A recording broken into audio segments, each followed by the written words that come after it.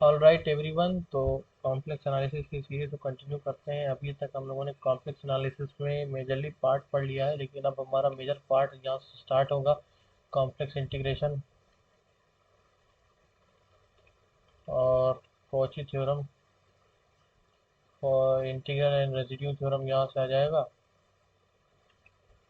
और रेजिड्यू कैसे निकालते हैं सिंगुलरिटीज में, इन सब पार्ट को हम लोग कंटिन्यू खत्म करके हमारा कॉम्प्लेक्स चैप्टर को फिनिश करेंगे। तो पहले होमवर्क क्वेश्चन के बारे में बात कर लेते हैं। होमवर्क क्वेश्चन के बारे में तो सबसे पहले देखो, मैं तुम्हें बताता हूँ लॉरेंट सीरीज का एक्सपेंशन करते कैसे। अभी देखो कईयों को यहाँ दिक्कत होती है सिंगुलरिटी जानने में।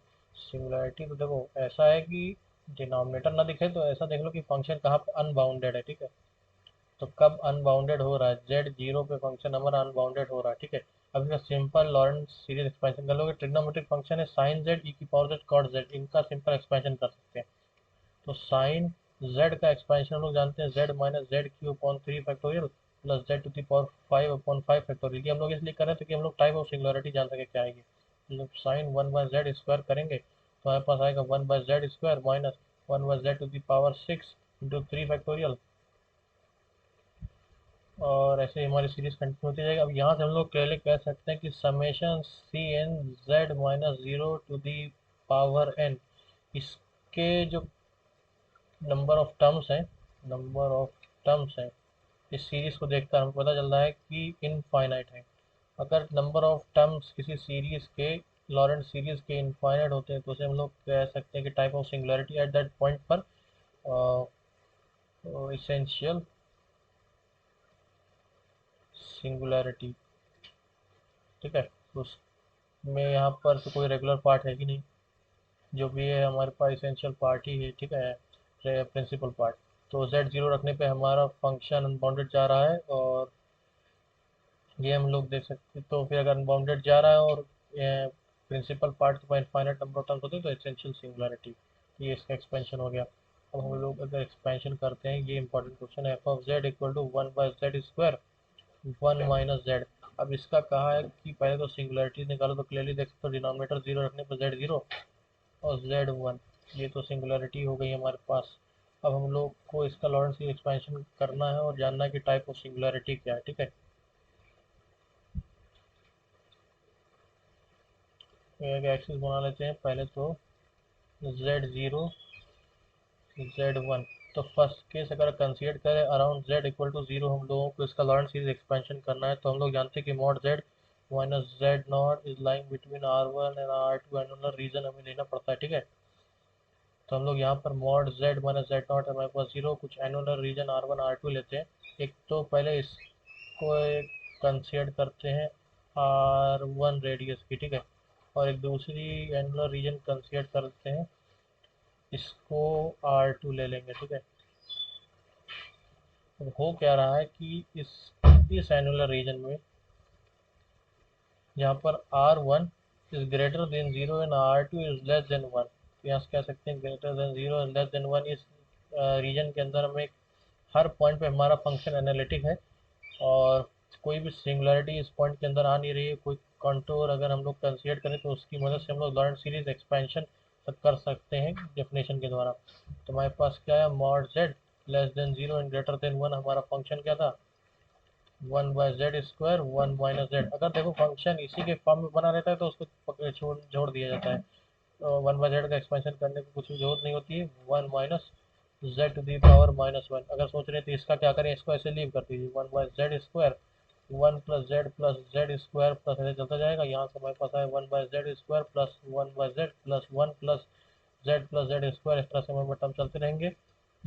तो ये अगर इसका expansion around z equal to zero है, तो यहाँ से हम लोग देख सकते हैं कि जो प्रिंसिपल पार्ट है इसमें फाइनाइट नंबर ऑफ टर्म्स हैं। तो कह सकते हैं z equal to zero is a pole, ठीक है। अब z इक्वल टू वन पर हम लोग अगर चेक करना चाहें, ठीक है, z इक्वल टू वन पर, तो z minus Z naught mod z1, z equal to zero, z equal to one में वो कुछ एनुलर रीजन कंसिडर करना पड़ेगा, r1 r2। तो मॉड z -1 कुछ इस तरह से लेते हैं। एक अगर इसको सेंटर्ड लेके एक रीजन हम लोग ये कंसीडर कर लेते हैं जिसमें इसकी रेडियस अगर हम लोग R1 मान लें, कोई एक्सटर्नल, फिर एक डिस कंसीडर करते हैं इसका रेडियस R2 है। तो अगर एक एनुलर रीजन चाहिए जिसके अंदर ना 1 और 0 दोनों लाई ना करे, तो इन दोनों के बीच की दूरी अगर हम लोग देख लें 1 है, तो mod z minus one should भी, अगर एक पॉइंट यहाँ से कंसीडर कर रहे हैं z, तो मॉड z माइनस वन को सेंटर लेके तो उसकी दूरी हमेशा 1 से बड़ी आनी चाहिए, ठीक है। सेंटर लेके एक सर्कल अगर हम लोग बनाए तो हमेशा उसकी दूरी 1 से बड़ी आनी चाहिए ताकि 0 पॉइंट उसके अंदर लाई ना करे, और वो हमेशा लेस देन इन्फिनिटी होना चाहिए, क्योंकि इन्फिनिटी तो कुछ चेक ही नहीं कर सकते ना। तो एक ये रीजन हमारे पास आ जाएगा। अब इस रीजन का देखते हैं हम लोग यूज़ कैसे करेंगे। हमारे पास रीजन आया है mod z minus one greater than 1 and less than infinity. Function हमारे पास एफ ऑफ जेड है 1/z², 1 माइनस जेड, थोड़ा सा मैनिपुलेशन करके z माइनस वन लिख देंगे। देख सकते हैं कि z माइनस वन यहाँ है, तो उसको छेड़ने की कोई जरूरत नहीं है। अब यहाँ पर मैनिपुलेशन हम लोग करते हैं। यहाँ पर तो जेड स्क्वायर को हम लोग लिख सकते हैं 1 प्लस जेड माइनस वन का होल स्क्वायर, ठीक है। तो इसको अगर हम लोग करें 1/z-1 और 1 plus z minus one to the power minus two, यहाँ से आएगा minus z minus one, 1 minus n x, तो 2z plus one plus n times n plus one but 2 factorial z plus one whole square plus c t, ऐसे continue चलती जाएगी। तो यहाँ से हम लोग देख सकते हैं 1/-1 z minus one plus 2 minus 3z plus one, ऐसे सीरीज चलती जाएगी। तो क्लियरली देख सकते हैं कि प्रिंसिपल पार्ट में फाइनाइट नंबर ऑफ टर्म्स हैं। क्या कह सकते हैं कि pole at z equals to one, ठीक है। z इक्वल टू वन पे भी हम लोग पोल मिलेगा। अब यहाँ पर e to the power z upon z plus one का होल स्क्वायर का लास्ट क्वेश्चन है हमारे पास। फंक्शन हमारा e to the power z upon z plus one का होल स्क्वायर। अब देख सकते हैं कि यहाँ पर हमारे पास z equal to minus one पे एक पॉइंट है जिस पर हमारा फंक्शन डिफाइन नहीं है, एनालिटिक नहीं है। तो इसको हम लोग को चेक करना पड़ेगा कि इस फंक्शन पर कैसी सिंगुलैरिटी है। तो z equal to minus one, ये पॉइंट हो गया। तो इस पर लॉरेंट सीरीज लगाने के लिए एक एनुलर डिस्क ऐसे कंसीडर करेंगे और एक ये करेंगे यहाँ पर z नॉट। तो मॉड z प्लस वन को एक सेंटर लेके एक सर्कल बनाएंगे सच दैट C1 और C1 का जो रेडियस होगा वो 0 से बड़ा होना चाहिए, और C2 का रेडियस होगा वो इन्फिनिटी, इतने से अपना काम चल जाएगा, ठीक है। तो अगर हम लोग ये करें तो F of z equal to 1/z+1 का होल स्क्वायर, इसको छोड़ देंगे कैसे ही लिखा है e की power z plus one minus one करेंगे, 1 divided by E Z plus one का whole square e to the power z plus one. इसका एक्सपेंशन कर देंगे हम लोग ई जेड प्लस वन का whole square 1 plus X square by two factorial, इस तरह से होता है z plus one plus Z plus one का whole square divide by two factorial plus Z plus one का cube divide by three factorial, इस तरह से हमारी सीरीज चलती जाती है। तो यहाँ से हम लोग क्लियरली कह सकते हैं कि इसका आएगा वैल्यू 1/e z+1 का whole square plus 1/z+1 plus 1/2e plus, इस तरह से हमारी series z plus one divided by 6e चलता जाएगा। यहाँ देख सकते हैं ये हमारा प्रिंसिपल पार्ट हो गया। प्रिंसिपल पार्ट के पास फाइनाइट नंबर ऑफ टर्म्स है, तो ये हमारे पास पोल हो जाएगा at z equal to minus one, ठीक है। इस तरह से हम लोग Laurent expansion type of singularity check करते हैं, ठीक है। अब आज का हमारा टॉपिक देखो, वन सेकेंड, आज हम लोग पढ़ने वाले हैं कॉम्प्लेक्स इंटीग्रेशन, ठीक है। अभी तक हम लोगों ने जितने भी टॉपिक है उन्हें बड़ा इन डेप्थ में पढ़ा है, तो इन टॉपिक्स में मैं उतना इन डेप्थ में नहीं जाऊँगा। अगर मान लेते हैं कोई पॉइंट है z1 से z2 किसी एक रीजन R में, जहाँ पर हमारा फंक्शन एफ ऑफ जेड है, वो एफ ऑफ जेड है, कम्प्लीटली एनालिटिक है। तो अगर हमें z1 से z2 के बीच में एक C1 पाथ जाकर एफ ऑफ C1 इसका इंटीग्रेशन निकालना तो इसे क्लियरली बस इस तरह से लिख सकते हैं, F of Z integration Z1 से Z2 f of Z D Z. निकालने का तरीका बड़ा आसान है। अगर कुछ दिया होता है तो डी जेड को हम लोग लिख सकते हैं d x plus iota d y, और फिर उसी के हिसाब से फिर हम लोग को डी एक्स को या तो डी वाई के टर्म में या फिर डी वाई को डी एक्स के टर्म में कन्वर्ट करना पड़ता है, ताकि एक सिंपल वेरिएबल में सिंगल वेरिएबल हो जाए, वहाँ से हम लोग इंटीग्रेशन सॉल्व कर सकते हैं। अब यहाँ पर ऐसे हम लोग बात कर रहे थे एक सिंपली कनेक्टेड डोमेन में, एक इनसाइड अ डोमेन डी, अगर एक रीजन आर हम लोग इसको ले रहे हैं inside a region this r, अगर हमारा एक फंक्शन एफ ऑफ जेड लेते हैं जो कम्प्लीटली एनालिटिक होता है, तो पॉइंट Z1 से Z2 बीच में अगर हम लोग अपना लाइन इंटीग्रल कैलकुलेट करें अलॉन्ग दिस पाथ C1, तो हम लोगों ने देखा कि इस तरह से हम लोग निकाल सकते हैं। अब एक प्रॉपर्टीज को मैं बताता हूँ कि मान लीजिए आप C1 पाथ से गए, अब नेक्स्ट आदमी गया C2 पाथ से, अगला पर्सन गया C3 पाथ से, और जब तक आप कोई भी पाथ फॉलो करना चाहें, जब तक उस एनालिटिक रीजन के अंदर रहेगा और किसी भी सिंगुलैरिटी को पास नहीं करेगा, तब तक उस पाथ पर, इससे हमारा इंटीग्रेशन मैंने बताया कि एफ ऑफ Z1 से Z2 f of Z D z, ये ऑलवेज इक्वल टू होगा F of C1 equal to integration along C2 path integration equal to integration upon C3 part along equal to integration upon C3 4 part, ठीक है।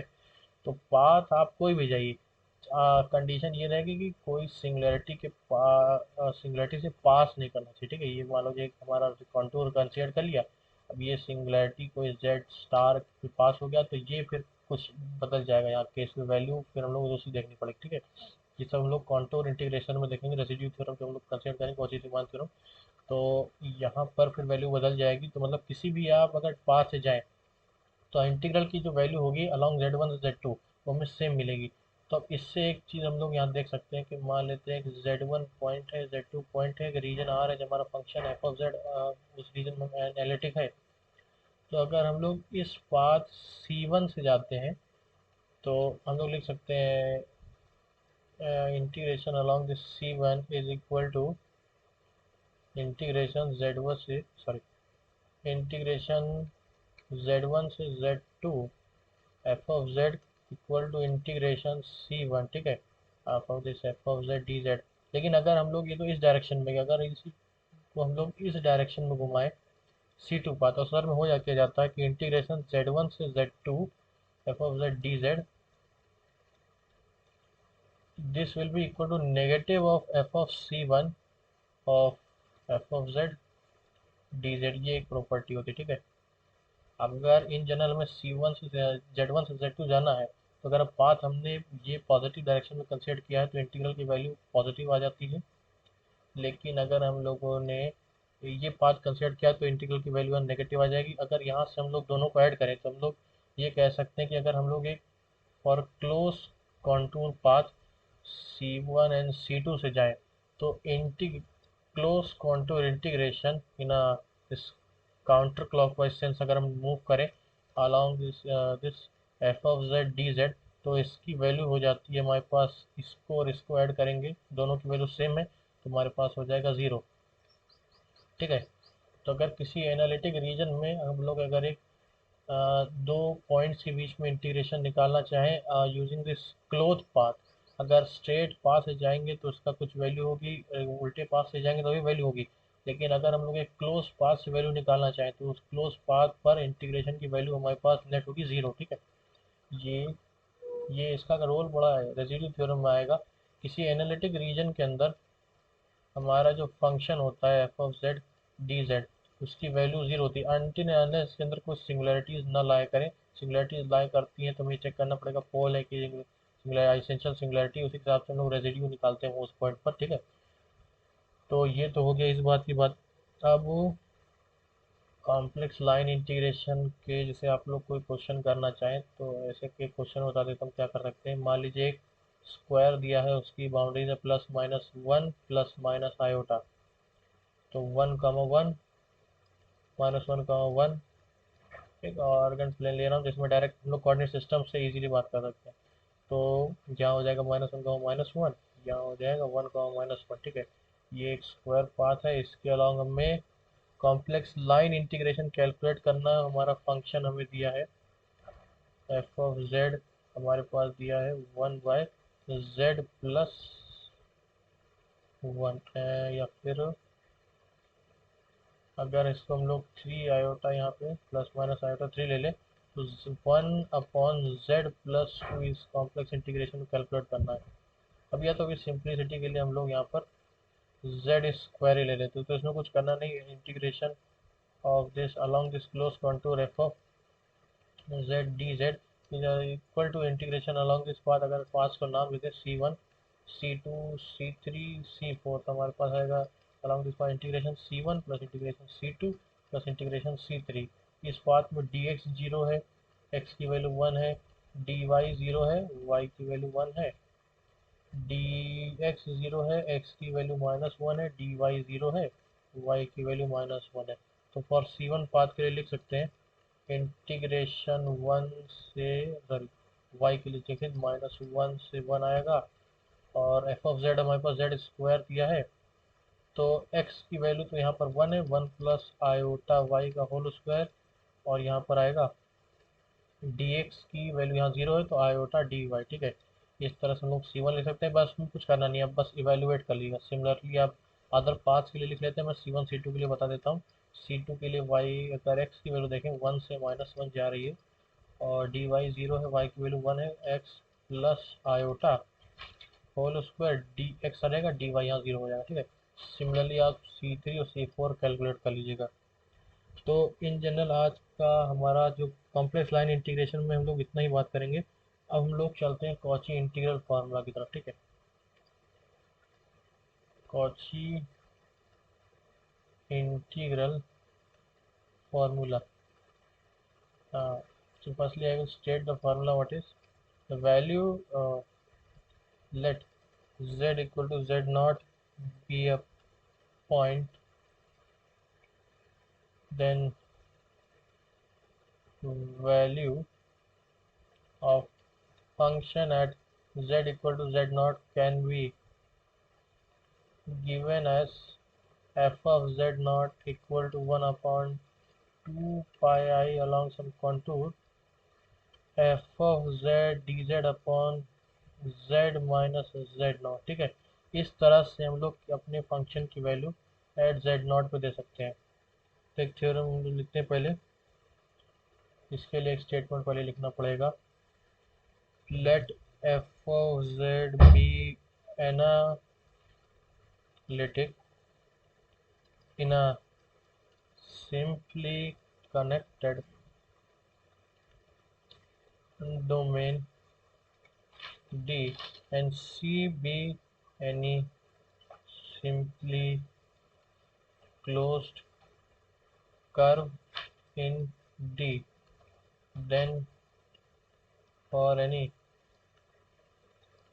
point z naught inside C we have this। ठीक है, ये एक statement है। इसका मतलब अगर कोई function analytic inside simply connected domain है, अगर कोई function analytic simply connected domain D है और अराउंड अगर हम लोग कोई सिंगुलरिटी डी एक क्लोज कर्व सी कंसीडर कर सकते हैं, तो उस कर्व के अंदर जो हमारी सिंगुलरिटी है उसकी वैल्यू, फंक्शन की value at Z equal to z naught पर इस तरह से हम लोग लिख सकते हैं। ठीक है, और formula express the value assume to be analytic inside close country in terms of rotation. अब हम लोग इसका यूज़ देखते हैं कि इसका यूज़ हम लोग कैसे कर सकते हैं। मान लीजिए हमारे पास एक कॉम्प्लेक्स इंटीग्रेशन को एवेलुएट करना जाए, integration e to the power z square upon Z minus two d z. पहला केस दे दिया जाए mod of z minus two equal to 1।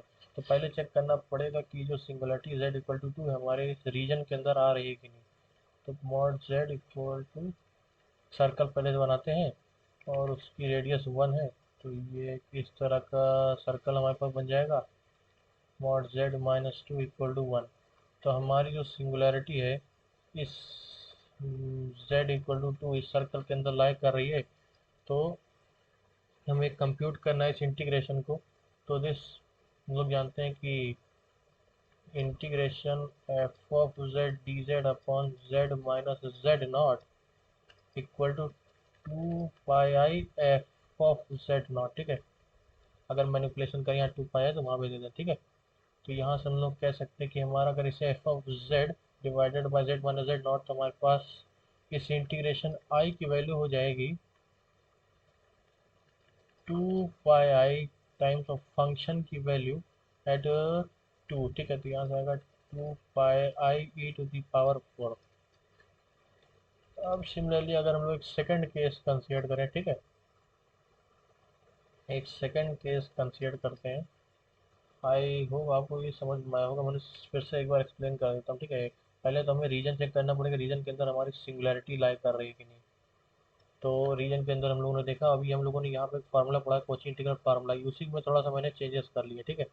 अभी हम लोग सिंपल पोल के लिए ही बात कर रहे हैं, ठीक है। अभी तो यहाँ पे सिंपल पोल है, सिंपल टाइप की सिंगुलैरिटी है। अगर अभी आगे कुछ बढ़ेगा तो मैं फार्मूला भी बताता हूँ चेंजेस कैसे करने हैं। अब एक केस लेते हैं, mod z minus iota is equal to 1। अब इस रीजन के अंदर देखते हैं हमारी सिंगुलैरिटी लाई कर रही है कि नहीं। तो यहाँ पर है जेड इक्वल टू 2, यहाँ पर है जेड इक्वल टू आयोटा, तो इसके बीच की डिस्टेंस 1 है। तो अगर एक हम लोग सर्कल कंस्ट्रक्ट करते हैं तो एक कुछ इस तरह का सर्कल आता है।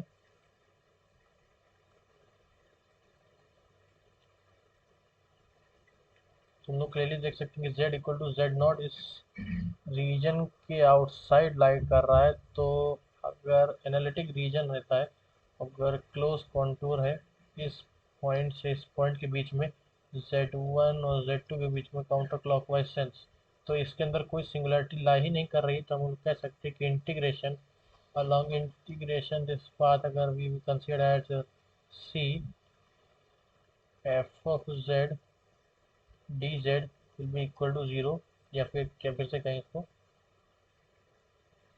f of z upon z minus z naught is equal to 0, ठीक है। इस क्योंकि सिंगुलरिटी इस रीजन के अंदर ला ही नहीं कर रही है। अब हम लोग इस फार्मूला में थोड़ा सा चेंजेस करेंगे। जैसे हम लोगों ने अभी यहाँ देखा f ऑफ z नॉट हमारे पास होता है 1 upon 2 pi complex contour integration is f of z upon z minus z not, ठीक है, dz।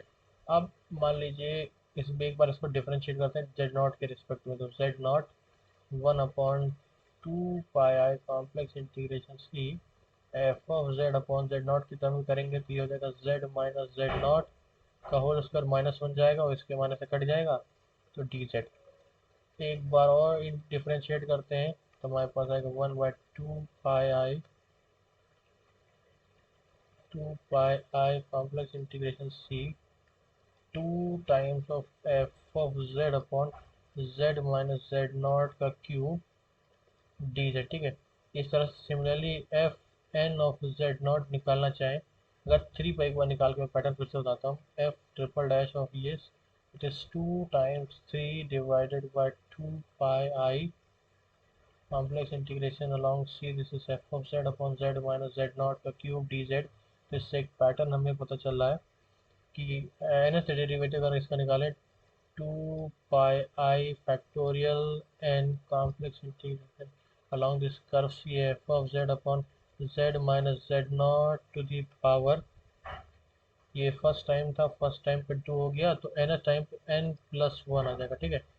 0 टाइम पर इसकी पावर 1 थी तो n टाइम्स इसकी पावर n+1 हो जाएगी। तो यहाँ से हम लोग complex integration c f of Z upon Z minus Z not to the power n+1 d z we can say at 2 pi function की डिफरेंशिएट n टाइम्स, अब value at z naught divided by factorial n।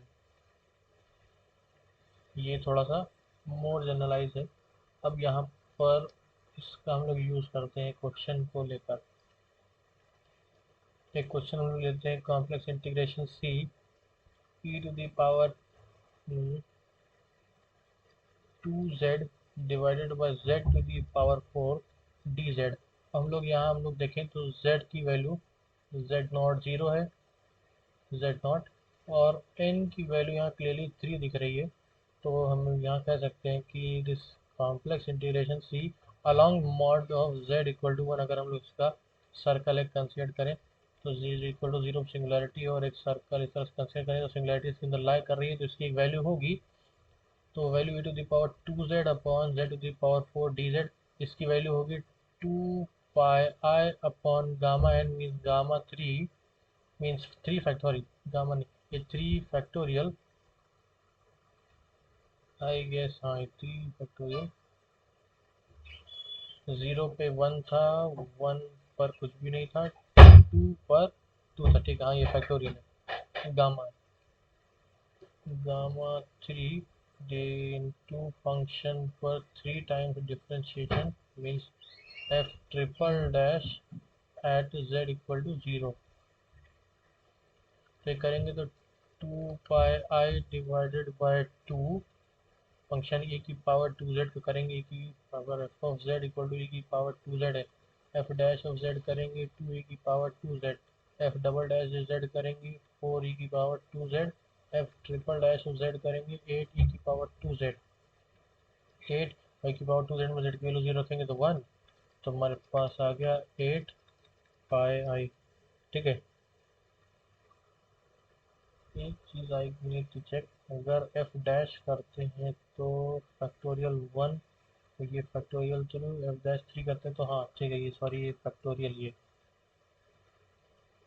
ठीक है ये factorial ये हाँ मैं भी यार कंफ्यूज हो गया था तो ये फैक्टोरियल मीन्स यहाँ पर 6 आ जाएगा यहाँ 3 means 8 pi I by 3 this is factorial okay.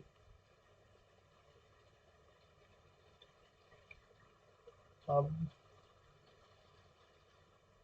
यहाँ से हम लोग अपने अगले टॉपिक की तरफ बढ़ते हैं जो कि हमारा हो जाता है रेजिड्यू ठीक है।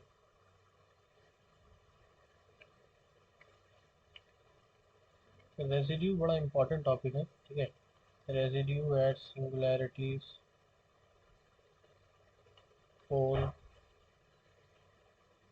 सबसे पहले तो हम लोग रेजिड्यू जानते हैं होता क्या है। हम लोग लॉरेंट सीरीज एक्सपेंशन किसी फंक्शन एफ ऑफ जेड का लिखते हैं तो उसमें आता है हमारे पास summation N equal to zero से infinity A N Z minus Z not to the power N plus summation N equal to 1 से infinity B N Z minus Z not to the power minus N then then coefficient of b1 is said to be a residue of function ठीक है at z equal to z naught. अब एक चीज़ देखिए b1 का हमारे पास coefficient b1 में और b1 upon z minus z not ठीक है इसका कोफिशिएंट हमें देखना पड़ेगा क्या आएगा b1 में। तो जैसे ये हमारे पास एक्सपेंशन लेके देखते हैं साइन z बाय z का एक्सपेंशन लिखते हैं तो 1 by z z minus z square by z minus z cube by 3 factorial एक z यहाँ पर z to the power 5 by 5 factorial z की पावर 4 कर देते हैं इससे आसानी रहेगी। तो यहाँ से हमारे पास आया 1 by z cube minus 1 by z into 3 factorial plus z to the power z upon 5 factorial इस तरह सीरीज चलती जाएगी। तो यहाँ तो देखते हैं एक चीज़ की प्रिंसिपल पार्ट के पास फाइनाइट नंबर ऑफ टर्म्स है z इक्वल टू 0 इसका पोल होगा। अब पोल का ऑर्डर जानने के लिए हमें देखना पड़ता है कि डिनोमिनेटर में जो फंक्शन है z का उसकी हाईएस्ट फॉर्म कितनी है तो यहाँ से 3 है तो पोल का ऑर्डर है 3 तो यहाँ से ऑर्डर 3 हो गया। अब यहाँ देखते हैं कि हम लोग हाँ यहाँ पे मैंने बताना था जो coefficient of 1 upon z minus z naught is said to be residue of function at z naught ठीक है। तो वैसे z minus z naught means around z equal to 0 हम लोगों ने इसको एक्सपेंड किया है तो ये देख सकते हैं कि 1 upon z minus 0 that is 1 by z का कोफिशिएंट कितना है तो नेगेटिव 1/6 तो इसका residue of sine z by z at z equal to 0 is -1/6। अभी हम लोग देखेंगे आगे कि रेजिड्यू का यूज कैसे आता है कॉम्प्लेक्स इंटीग्रेशन में। तो इस रेसिड्यू हम लोगों ने ऐसे निकाल लिया। और भी एग्जांपल देखते हैं, सी की पावर 1/z। तो इसका रेसिड्यू कैसे निकालेंगे, तो इसका एक्सपेंशन कर देंगे 1 plus 1/z plus 1/z square by 2 factorial, चलता जाएगा। तो इसका रेसिड्यू आ गया, इसका 1/z का कोफिशिएंट दैट इज 1। ये आ गया हमारे पास। और भी हम लोग कुछ एग्जांपल देखते हैं। एक हम लोग एग्जांपल देखते हैं, z square e to the power 1/z। इसका हमें रेसिड्यू निकालना है। एक्सपेंशन कर देंगे z square 1 plus 1/z plus 1/z square 2 factorial, z square 2 factorial 1/z cube 3 factorial. यहाँ से आएगा z square plus Z plus 1/2 factorial divided by, यहाँ से आएगा 1/z इंटू 3 फैक्टोरियल। तो ऐसे ये तो डिनोमिनेटर की पावर बढ़ती जाएगी। तो यहाँ से देख सकते हैं कि ये तो इसेंशियल सिंगुलैरिटी हो गई ना, singularity at z equal to 0, क्योंकि प्रिंसिपल पार्ट के टर्म्स इनफाइनाइट है। तो ये देखो रेगुलर पार्ट तो सिर्फ इतना है। तो यहाँ से हम लोग देख सकते हैं कि z 1/z माइनस 0 का कोफिशिएंट कितना है, 1/3 फैक्टोरियल दैट इज 1/6। तो ऐसे हम लोग रेसिड्यू को निकालते हैं। अब हम लोग किसी कॉम्प्लेक्स इंटीग्रेशन के बारे में बात करेंगे। अगर हम लोग किसी कॉम्प्लेक्स इंटीग्रेशन की वैल्यू अराउंड सम कॉन्टूर सी निकालनी है dz, that will be equal to 2 pi times residue of that function at z equal to z naught. अगर z नॉट पे उसकी कोई सिंगुलैरिटी लाई कर रही है तभी इसका हम लोग निकाल सकते हैं, ठीक है। अगर हम लोग को रीजन दिया होगा, नहीं रीजन दिया होगा, तब तो ऐसे फिर ही काम चल जाएगा। इनसाइड सम कनेक्टेड डोमेन काउंटर क्लॉकवाइज, इसका एक एग्जांपल हम लोग लेके देखते हैं। अगर रीजन के अंदर जैसे हम लोगों ने मान लेते हैं z equal to e to the power complex integration का आगे e to the power z upon z minus 1, तो मीन्स ये हमारी ये हो गया इक्वल टू 1। लेकिन हमें सर्कल कहा गया है कि mod z plus 1 equals to 1, mean mod z plus 1 is z equal to minus 1। इसका अगर 1 रेडियस लेंगे तो इस तरह से आएगा। ये सिंगुलैरिटी इसके अंदर लाई करनी कर रही, तो मीन इस इंटीग्रेशन की value e to the power z upon z minus 1 dz along this mod z plus 1 equal to 1 is 0। तो अगर अगर ऐसा फिर अगर सिंगुलैरिटी लाई कर रही तो फिर हम लोग इस प्रॉपर्टी का यूज़ करेंगे, ठीक है।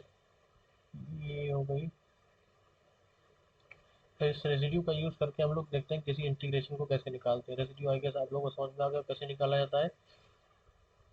फिर अभी तो हम लोग इसेंशियल सिंगुलैरिटी का ही रेसिड्यू देख रहे हैं। अभी हम लोग पोल्स का रेसिड्यू देखेंगे। मान लेते हैं क्वेश्चन हम लोग देते हैं कि along this curve c z square e to the power 1/z dz, और हमें इसकी वैल्यू निकालनी है along mod z equal to 1 पे, ठीक है। तो सिंगुलैरिटी यहाँ तो देख के चल रही है कि z इक्वल टू 0 इसकी इसेंशियल सिंगुलैरिटी है, मॉड z इक्वल टू 1 है। पंक्चुअलिटी इसकी कंसिडर करें तो z 0 से इस तरह से हम लोग मॉड z 0 से इंफिनिटी, इसका लॉरेंट सीरीज एक्सपेंशन हो जाएगा। तो अगर लॉरेंट सीरीज एक्सपेंशन हम लोग करें जैसे हम लोगों ने यहाँ पर किया था, यहाँ पर हम लोग देख सकते हैं तो इसका रेसिड्यू कितना आया था हमारे पास 1/6। तो इस इंटीग्रेशन की वैल्यू कितनी आ जाएगी, integration of c1 z square e to the power 1/z dz will be equals to 2 pi I, और the residue at z equal to 0 of our function f of z, it is 2 pi I times residue is 1/6 pi I by 3। this is our value of our function। और question इस पे देखते हैं। अब हम लोग जरा पोल पर रेसिड्यू के बारे में बात कर लेते हैं, ठीक है। पोल पर रेसिड्यू कैसे निकाल लेंगे। Let at z equal to z naught we have a pole of order m, then residue of function at pole z equal to z naught given by residue at z equal to z naught of f of z is given by 1 minus m 1 one upon m minus one factorial del m minus one upon del z m minus one z, यहाँ पर आएगी limit z tends to z naught z minus z naught to the power n of f of z। इस तरह से हम लोग उसका residue निकालते हैं। अगर पोल ऑर्डर वन का ही होगा तो residue at z equal to zero, z equal to z not order one, that is simple pole के लिए हम लोग यहाँ z equal to z not पे लिखेंगे limit z tends to z not, M M ये सब तो वन ही हो जाएगा, वन फैक्टोरियल डन, तो यहाँ आ जाएगा z minus z not F of z। ठीक है, इस तरह से हम लोग उस पॉइंट पर पोल निकालेंगे रेसिड्यू। एग्जांपल लेके देखते हैं। पहला एग्जांपल हम लोग लेते हैं complex integration sine z by z to the power 4 dz mod of z equal to one positively oriented contour.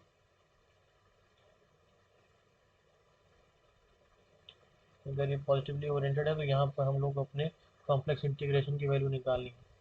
तो पहले देख लेते हैं, हमारी singularity z equal to zero है और इस तरह से हम लोगों ने mod z equal to one circle consider किया। तो यहाँ देखना है कि पोल है, अगर ये सिंगुलैरिटी की पोल है इसीलिए इसका एक्सपेंशन कर देते हैं।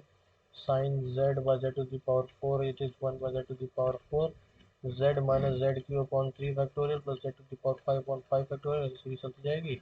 यहाँ से आएगा one by z cube minus this one by z into 3 factorial plus z upon 5 factorial, ऐसे चलती जाएगी। तो यहाँ से देख सकते हैं ऑर्डर ऑफ पोल इज 3। ठीक है, तो देखो ऐसे तो दो तरीके से निकाल सकते हो, या तो वन बाय जेड का कोफिशिएंट निकाल दो या तो सिंपली वो जो फार्मूला मैंने बताया वो कर दो।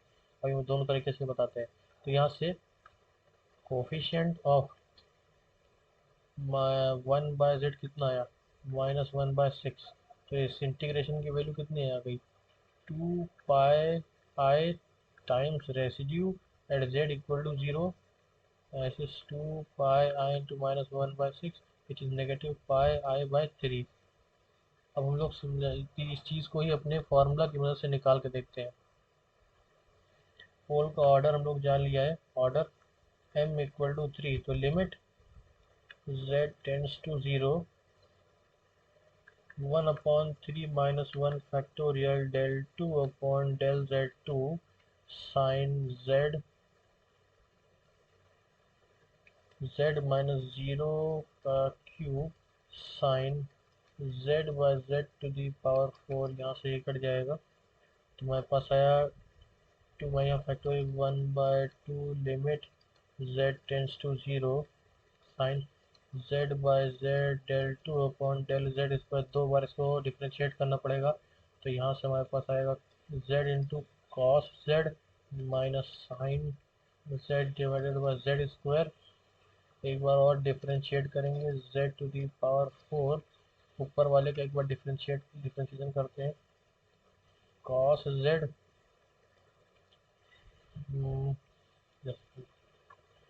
माइनस z साइन z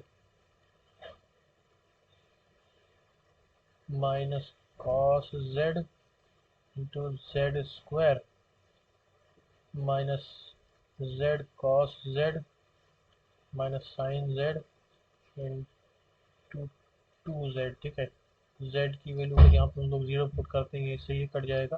पहले तो सिंप्लीफाई कर लेते हैं, तो minus z cube sine z plus two z square cos z minus plus minus यहाँ plus two sine z upon z to the power 4। यहाँ पर ज़ीरो अगर हम लोग पुट करके देखें तो ये still zero by zero form बन रहा है। इसके लिए आई गेस z अगर हम लोग कॉमन ले लें, z क्यूब इसका देखें minus sine z by z, इसके लिए लिमिट ठीक आ जाएगी। Minus 2 cos z by z square plus sine z by z cube. इसके लिए प्रॉब्लम आ रही है, तो इसके लिए चीज़ मैं देखना चाहता हूँ। एक मिनट, लिमिट की वैल्यू तो सही है, एक चीज़ एक कैलकुलेशन में कुछ है। देखो ये आया था, ये चीज़ हम लोग यहाँ कर सकते हैं। देखो कहा गया 1/2 limit z tends to 0 del two z upon del z square. तो साइन जेड बाई जेड का एक्सपेंशन ही कर देता हूँ मैं, ये बना साइन जेड बाई जेड। तो यहाँ आता है जेड माइनस जेड की अपॉन 3 फैक्टोरियल, तो आएगा 1 minus z square upon 3 factorial plus z to the power 5 होता है, mean z to the power 4 upon 4 5 factorial. इस तरह चलता जाएगा। अब डिफरेंशिएशन ट्वाइस कर देते हैं, लिमिट z टेंस टू 0। एक बार डिफरेंशिएशन चला जाएगा, ये एक बार करेंगे तो इसका आएगा माइनस 2 z अपॉन 3 फैक्टोरियल। एक और बार करेंगे तो आया माइनस 2 अपॉन 3 फैक्टोरियल। बाकी टर्म्स तो ऐसे बचेंगे, लिमिट z 0 रखने पर वो सब 0 हो जाएंगे। ठीक है, यहाँ पे लिमिट अगर हम रख दें तो कुछ भी z के power f of some z आएंगे। ठीक है, तो 0 रखने पर वो 0 हो जाएंगे। तो बचा क्या, 1/2 माइनस 2/3 फैक्टोरियल। तो यहाँ से हमारे पास आया -1/6। रेसिड्यू थ्योरम यूज करेंगे तो integration of this function, what is our function, sin z by z to the power 4 sin z by z to the power 4 of dz, it is 2 pi I residue as z equal to 0 of f of z is it 2 pi I minus 1 by 6 negative pi I by 3। तो यही चीज़ अभी हम लोगों ने complex यहाँ पर series का expansion से भी किया और इससे भी किया। देखो दोनों मेथड वैलिड रहते हैं, दोनों से निकाल सकते हो, कोई भी निकालना चाहो। जैसे सभी हम लोगों ने देखा कि इस तरह क्वेश्चन हो या फिर साइबर सिंगुलरिटी इन जनरल, मान लीजिए क्वेश्चन कभी टफ आ जाए कि जैसे आपको कह दिया जाए साइन 1/z dz का एक्सपेंशन का इंटीग्रेशन करना है, मॉड z इक्वल टू 2 3 4। तो इस तरह के क्वेश्चंस में आप अपना वो एक्सपेंशन से कर सकते हो ना। इन जनरल पोल वाला मेथड भी बढ़िया रहता है, लेकिन वो पोल्स के केस में ज़्यादा आसानी से काम करेगा। अब हम लोग रेसिड्यू थ्योरम पर, ये हम लोगों ने रेसिड्यू पर ही बात कर ली। अब इन जनरल मान लीजिए more than one singular point से एक थ्योरम यहाँ लिखते हैं। थ्योरम अगर ये तो अभी हम लोगों ने सिंपल तो सिंगल एक एक सिंगुलरिटीज के बारे में, मान लीजिए एक से ज़्यादा सिंगुलरिटी हो तब क्या करेंगे। एक थ्योरम लिखते हैं, let f of z be analytic inside and on simple closed path c except for infinity except for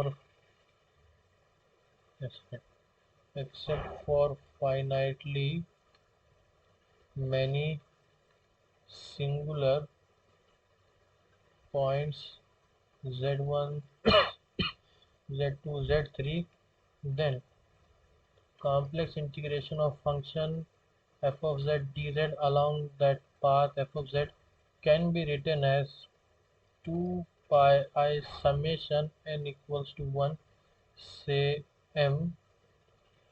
मान लीजिए जेड एम कोई सिंगुलर पॉइंट्स है, तो residue at Z equal to Z N, I ले लेते हैं यहाँ पर,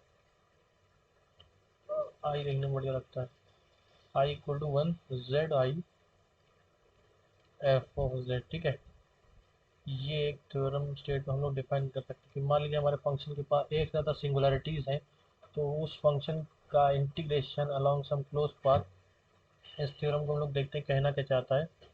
मान लीजिए हमें some close path some this close path C given है, सी, और इसका ओरिएंटेशन है।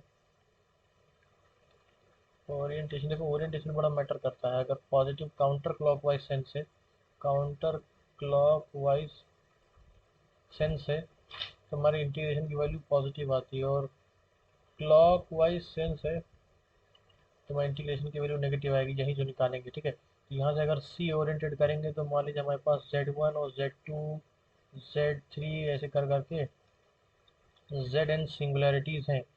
तो उन सिंगुलैरिटीज़ अगर इस कॉन्टूर के अंदर लाई कर रही हैं तो इंटीग्रेशन ऑफ दिस फंक्शन हो जाएगा 2 πi of summation of residue of that function at that point, ठीक है। उस पॉइंट पर हमारे फंक्शन का रेजिड्यू। अब इंडिविजुअली इसको, इस चीज़ को हम लोग इंडिविजुअली भी निकाल सकते हैं, ठीक है।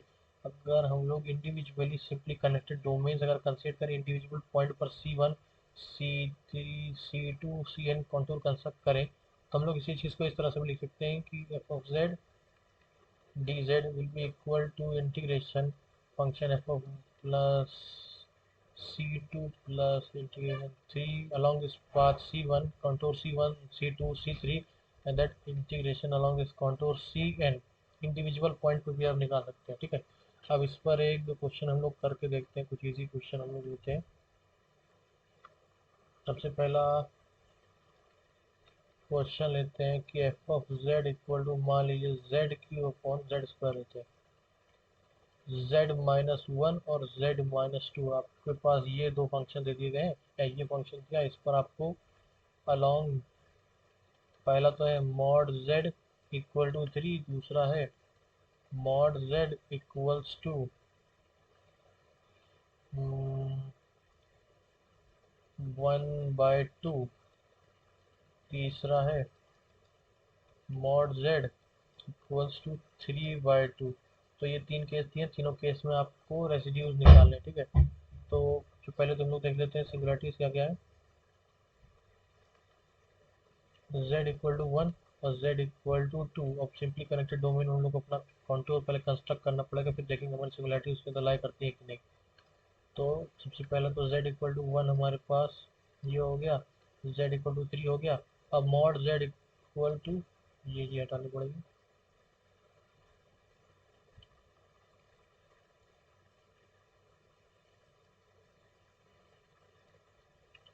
ये हम लोगों ने एक सर्कल कंस्ट्रक्ट किया मॉड z, ये है z0, ये हमारे पास सिंगुलैरिटी है पहली, और ये है। और mod z equal to 3 construct किया तो हमारा एक क्लोज कॉन्टूर कंस्ट्रक्ट करें तो इस क्लोज कॉन्टूर के अंदर सिंगुलैरिटी लाई कर रही है। तो इंडिविजुअल अगर हम लोग C1 और C2 अलोंग पाथ ले लें तो इंटीग्रेशन एफ ऑफ सी, अगर इस कॉन्टूर को C ले लें, F of Z D Z will B integration along this C1 plus integration along this C2, ठीक है। तो पहले इंटीग्रेशन अलोंग C1 निकाले थे, इंटीग्रेशन अलोंग दिस C1, इस C1 के अंदर हमारी z इक्वल टू 2 सिंगुलैरिटी नहीं, z इक्वल टू 1 ही सिंगुलैरिटी लाई कर रही है। तो F of Z D Z will be 2 πi residue at z equal to 1, ठीक है। तो यहाँ से हमारे पास आ जाएगा 2 πi रेसिड्यू निकालना है, ठीक है। थोड़ा सा मिनिमाइज कर लेते हैं स्क्रीन, जहाँ से हमारे पास आएगा इंटू रेसिड्यू के लिए पोल, सिंपल पोल है हमारे पास, तो इसको निकाल सकते हैं। Limit z tends to 1 z minus 1 ईट z square upon z minus 1 z minus 2। यहाँ से ये कट गया, हमारे पास आया 2 πi, लिमिट रख देंगे 1 डिवाइडेड बाई -1, हमारे पास आया -2 πi, ठीक है। ये हो गया हमारे पास C1 इंटीग्रेशन अलॉन्ग C1 की वैल्यू। अब इंटीग्रेशन अलॉन्ग C2 निकालें हम लोग, integration along this C2 will be 2 πi, हमारा जो कनेक्टेड डोमेन है C2, इसमें सिर्फ एक सिंगुलैरिटी z इक्वल टू 2 लाया कर रही है। तो यहाँ से हम लोग लिख सकते हैं residue at z equal to 2 f of z, it is 2 πi limit z tends to 2 z minus 2 z square upon z minus 1 z minus 2, z minus 2 से कट जाएगा, 2 πi 4 divided by 1, it is 8 πi. So integration along contour C of our function f of z dz, it is C1 plus integration C2, it is minus 2 πi plus 8 πi, this is 6 πi, ठीक है। Similarly अगर एक question हम लोग और देख लें, मान लेते हैं हमारे पास इवेलुएट करने को कहा जाए, integration two pi along some contour c e to the power 2z upon z plus 2z plus 1 dz, ठीक है। इस तरह से अगर हमें कहा जाए, इसे कैसे करेंगे, सबसे पहले तो सिंगुलरिटी देख लेते हैं हमारे पास क्या क्या है। z0 और z इक्वल्स टू, इसको लिख सकते हैं z प्लस 1 का whole square, z equal to -1, दोनों पोल हैं ऑफ ऑर्डर 2। ये देखो, देखने से पता चल जा रहा है, जब sine z by z to the power n का केस हो ना, तो उस केस में देखना पड़ता है n-1 ऑर्डर आ जाता है, वरना इन जनरल सभी केस में वैसा ही आता है। तो अगर यहाँ पोल का ऑर्डर हमारा 2 हो गया, तो फार्मूला एक पहले हम लोग, हाँ एक बताना भूल गया, तो यहाँ पर अगर हम लोग रीजन लेंगे mod z equal to 3, singularities से पहले तो हमारे पास z इक्वल टू 0 है, और दूसरी सिंगुलरिटी हमारे पास z इक्वल टू -1। फिर यहाँ से हम लोग एक मॉड z इक्वल टू 3 का कॉन्टूर अगर कंस्ट्रक्ट करेंगे, तो यहाँ से हम लोग के पास आएगा कि देखेंगे हम लोग के पास दोनों सिंगुलरिटीज के अंदर लाई कर रही है, तो एक सिंपली कनेक्टेड डोमेन दो देखो, integration along this contour c will be same as integration along sum of integration along this contour C1 and contour C2, ठीक है। तो यहाँ से हम लोग लिख सकते हैं कि integration c, it is integration along C1 plus integration along C2, individually हम लोग इनको कैलकुलेट कर लेते हैं। दोनों में पोल के ऑर्डर 2 हैं, तो हमारे पास यहाँ से लिखेंगे integration C1 will be order 2 means 2 minus 1 factorial del 2 minus 1 upon del z2 minus 1 z square पर निकालते हैं, ठीक है। सबसे पहले C1 कॉन्टूर में z स्क्वायर, तो mean z square times e to the power 2z upon z square z plus 1 का whole square, z square cut जाएगा, बस डिफ्रेंशिएट ही करना है इसको। फिर integration along this close path C2 will भी, यहाँ पर लिमिट डालना भूल गया था, लिमिट z टेंस टू 0, ठीक है। तो यहाँ से हमारे पास R1 मिल जाएगा, हमें यहाँ से हम लोग R2 निकालेंगे, लिमिट z टेंस टू -1, यहाँ से 2 -1 का factorial del 2 -1 upon del z2 -1 z plus 1 का whole square e to the power 2z upon z square z plus 1 का होल स्क्वायर, यहाँ से हमारी कुछ वैल्यू आएगी R2, इसको सिम्प्लीफाई कर लेंगे तो हमारा जो complex integration on pass C of e to the power 2z upon z square z plus 1 का whole square dz will be equal to 2 pi I r1 plus r2, ठीक है। तो ये हो गया हमारा पूरा कॉम्प्लेक्स इंटीग्रेशन में रेसिड्यू वाला, using of residue theorem for evaluation of real integral, ये हम लोग नेक्स्ट पार्ट में देखेंगे, ठीक है। अब हम लोग एक लास्ट पार्ट देख लेते हैं, रेसिड्यू एट इन्फिनिटी, ठीक है। कभी कभी रेसिड्यू एट इन्फिनिटी भी पूछ लेता है, तो इसका कुछ फार्मूला होता है, residue at z equal to infinity of f of z, it is same as residue at z equal to 0 of -1 by z square of f of 1 by z। And एक तो ये तरीका होता है निकालने का, एक तरीका ये होता है कि residue at z equal to infinity f of z is equal to minus of summation of residue. मान लेते हैं फंक्शन के पास और भी सिंगुलरिटी है, z equal to z1 z2 इन पॉइंट्स पर, तो residue at infinity will be f of residue z equal to z1 of z plus residue z equal to z2 f of z इन सब point, ठीक है। Residue z equal to zn f of z, ठीक है। इस तरह से हम लोग रेसिड्यू एट इन्फिनिटी निकालते हैं। एक सेकंड, कहाँ चल रहा है ना, हाँ ठीक है।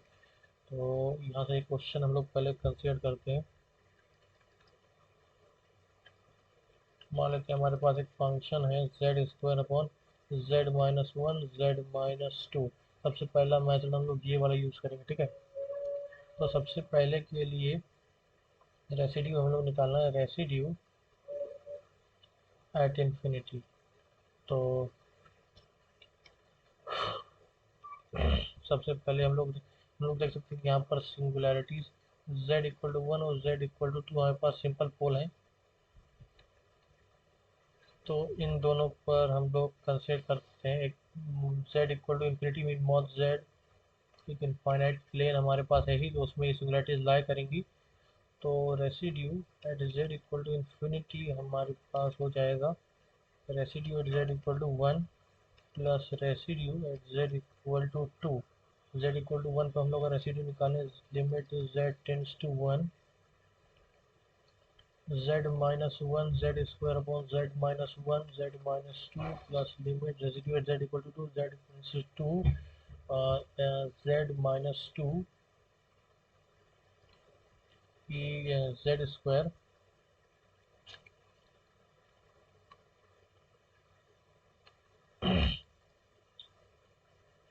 z square upon z minus 1 z minus 2, यहाँ से z minus 2, यहाँ से z minus 1 कट जाएगा, हमारे पास आएगा 1 upon minus 1 प्लस यहाँ से आएगा 4 डिवाइडेड बाई 1, तो यहाँ से आ गया 3।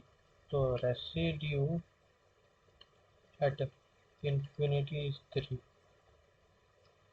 इस तरह से हम लोग इस फंक्शन का रेसिड्यू एट इंफिनिटी निकाल सकते हैं। एक और चलिए ये वाला तरीका एक बार ट्राई करके देखा जाए इसमें। नहीं, ये वाला तरीका इसमें लगता है कि नहीं। Minus residue at z square, residue at Z equal to 0 minus 1 by z square, function हमारे पास दिया है f of z 1 by z square, 1 minus 1 by z, हाँ 1 by z minus 1 1 by z minus 2। तो यहाँ से residue at Z equal to 0 हमारे पास हो जाएगा, यहाँ से तो ऊपर चला जाएगा 1 by z square 1 upon 1 minus z 1 minus 2 z. अब इसमें लॉरेंट सीरीज एक्सपेंशन करना पड़ जाएगा, ये थोड़ा सा बड़ा टास्क है। तो इन सिंपल केसेस में तो हम लोग इसी से काम चला लेंगे, लेकिन अब उस चीज़ का रोल कहाँ पर आएगा। मान लीजिए f of z equal to z of cos 1 by Z.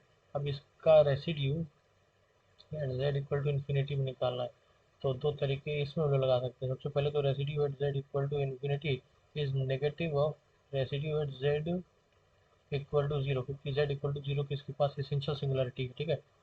तो यहाँ से हम लोग माइनस एसेंशियल सिंगुलरिटी को निकालने के लिए इसका एक्सपेंशन करेंगे, फिर 1 बाय जेड का कोफिशिएंट जो होगा वही हमारे इसका रेसिड्यू आएगा जेड इक्वल टू 0 पर, ठीक है। तो कैसे करेंगे, हमारे पास ये होता है 1 minus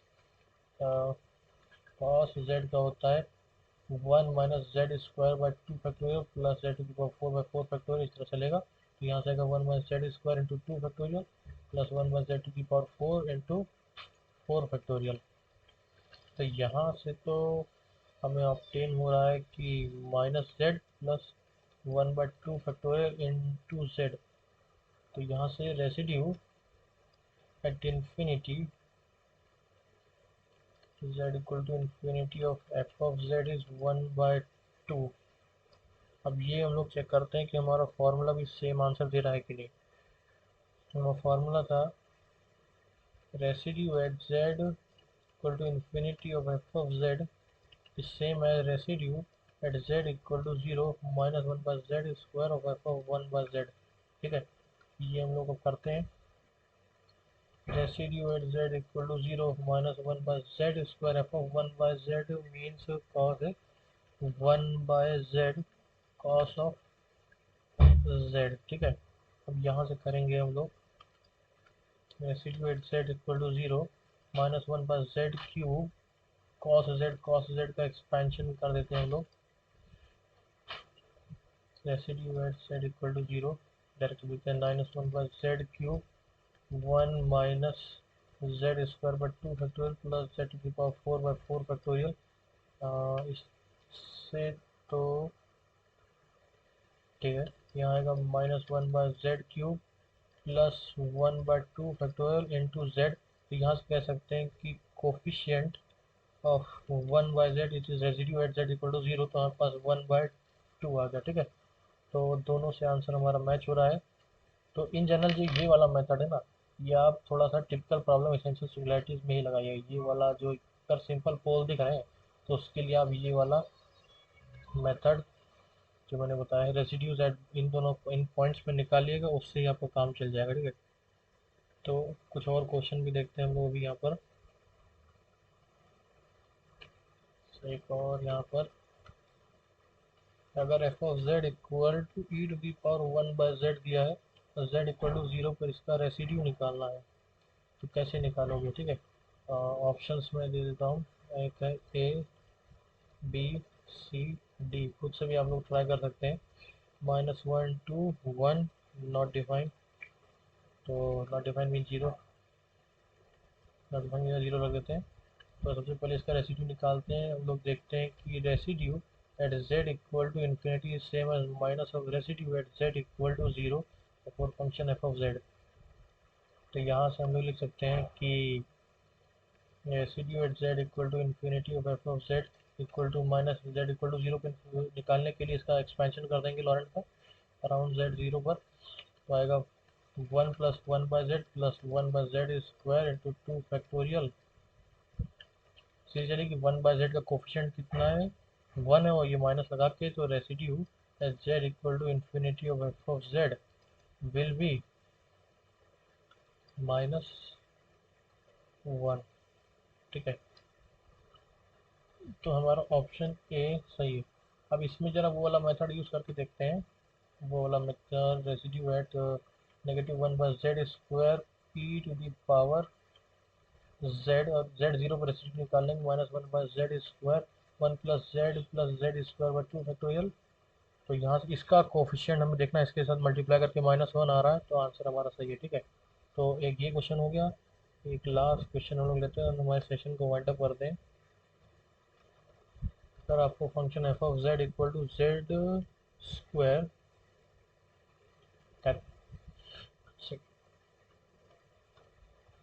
z square sine 1/z है और z इक्वल टू इन्फिनिटी पे इसका रेसिड्यू निकालना है।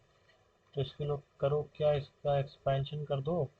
Residue at z equal to infinity of F of z is same as residue for this function residue at z equal to 0 of F of z, क्योंकि 0 पर इसके पास essential singularity. ठीक है, singularity जिसको देखना नहीं आता है उसके लिए तो मैं क्या बताऊँ, जिसको क्लियरली दिख रहा है कि यहाँ पर z 0 पर सिंगुलरिटी, मैंने पिछले लेक्चर में सिंगुलरिटीज वाले में बताया डिटेल में कि सिंगुलरिटीज होती क्या है, आप कैसे उसे डिटरमाइन कर सकते हैं। ठीक है, तो उसको जरूर देख लीजिएगा। तो यहाँ आगे रेसिड्यू z 0 कैसे निकालेंगे, एक्सपेंशन कर देंगे z 0 का। साइन का साइन z का एक्सपेंशन होता है z minus z cube upon 3 factorial, तो z टू द पावर 5 और 5 फैक्टोरियल, इस तरह चलता जाएगा। तो 1 में करेंगे तो 1/z minus 1/3 factorial into z cube plus 1/5 factorial into z to the power 5, इस तरह चलेगा। यहाँ से मल्टीप्लाई करेंगे तो किस में 1/z बन रहा है, तो इस वाले में अगर इसके साथ मल्टीप्लाई करें तो -1/3 फैक्टोरियल इसका कोफिशिएंट बन रहा है। तो रेसिड्यू यहाँ पर माइनस साइन लगाना भूल गया था। ठीक है, तो यहाँ से रेसिड्यू आ जाएगा z इक्वल टू इन्फिनिटी पर 1/6। ठीक है, क्योंकि माइनस साइन लगाना पड़ गया, माइनस साइन यहाँ लगाएंगे तो -3 का +3 हो जाएगा। उस मेथड को यूज़ करते हैं। Residue at z equal to infinity of F of z is residue of z equal to 0 -1/z square of F of 1/z। ये हमारे पास आ जाएगा -1/z स्क्वायर, फिर इसका अगर वो करेंगे 1/z square of sine z, तो आएगा -1/z to the power 4 sine z। इसका एक्सपेंशन करते हैं हम लोग साइन का, -1/z to the power 4 z minus z Q upon 3 factorial, ऐसे चलता जाएगा। यहाँ से इसको देखेंगे तो इसका अगर मल्टीप्लाई करें तो यहाँ आएगा 1/z, इसका कोफिशिएंट कितना आ गया 1/3 factorial, that is residue at z equal to infinity is 1/6। तो जिस मेथड से भी हम लोगों ने देख लिया और इस मेथड से भी देख लिया। तो आज के लेक्चर में हम लोग एक बार रिवीजन कर लेते हैं स्टार्टिंग से कि हम लोगों ने क्या क्या डिस्कस किया। ठीक है, कॉम्प्लेक्स लाइन इंटीग्रेशन सबसे पहले तुम लोगों ने लॉरेंट सीरीज का एक्सपेंशन देखा। लॉरेंट सीरीज आई हो बहुत समझ में आ गई है। एक बार एक्सपेंशन देख लीजिएगा, अलग अलग पॉइंट्स को सिंगुलरिटीज को कैसे एक्सपेंड किया था, इस वीडियो को स्टार्टिंग फिर से देखकर, स्टार्टिंग वाला पार्ट। फिर कॉम्प्लेक्स लाइन इंटीग्रेशन देखा, इसमें हमने क्वेश्चन हम लोगों ने कम डिस्कस किए, कम क्या एक ही डिस्कस किया, वो पूरा नहीं। तो आई वो ईजी टॉपिक है, बहुत ही हार्ड नहीं है। मेन पार्ट इसमें रहता है कॉची इंटीग्रल फार्मूला, सिंपल देखा। फिर हम लोगों ने जनरल एन ऑर्डर के लिए देखा कॉची इंटीग्रल फार्मूला, फिर रेसिड्यू एट पोज देखा। फिर रेसिड्यू होता क्या है देखो, वन माइनस जेड नॉट जो प्रिंसिपल पार्ट होता है उसमें वन माइनस जेड नॉट का one upon Z minus Z not का जो कोफिशिएंट होता है उसे हम लोग रेसिड्यू कहते हैं। फिर रेसिड्यू हम लोगों ने देखा, फिर कॉची के रेसिड्यू की मदद से हम लोग किसी इंटीग्रल की वैल्यू कैसे निकालते हैं। फिर हम लोगों ने कॉची रेसिड्यू थ्योरम देख ली सिंपल पोल्स के लिए। फिर order different order for poles के लिए देख ली सिंगुलैरिटीज के पर रेसिड्यू कैसे निकालते हैं, और रेसिड्यू एट इन्फिनिटी हमारा फाइनल पॉइंट था। तो नेक्स्ट लेक्चर में हम लोग पढ़ेंगे कि कॉम्प्लेक्स इंटीग्रेशंस को कैसे हम लोग सॉल्व कर सकते हैं यूजिंग रेसिड्यू थ्योरम। जैसे के पास कह दिया जाए माइनस इन्फिनिटी से infinity X square upon X square plus A square X square plus B square D X integration zero से 2 pi sine X upon X square D X. इस तरह question कैसे सॉल्व करेंगे इजीली आप residue theorem से solve कर सकते हैं। तो आज के लिए इतना, थैंक यू।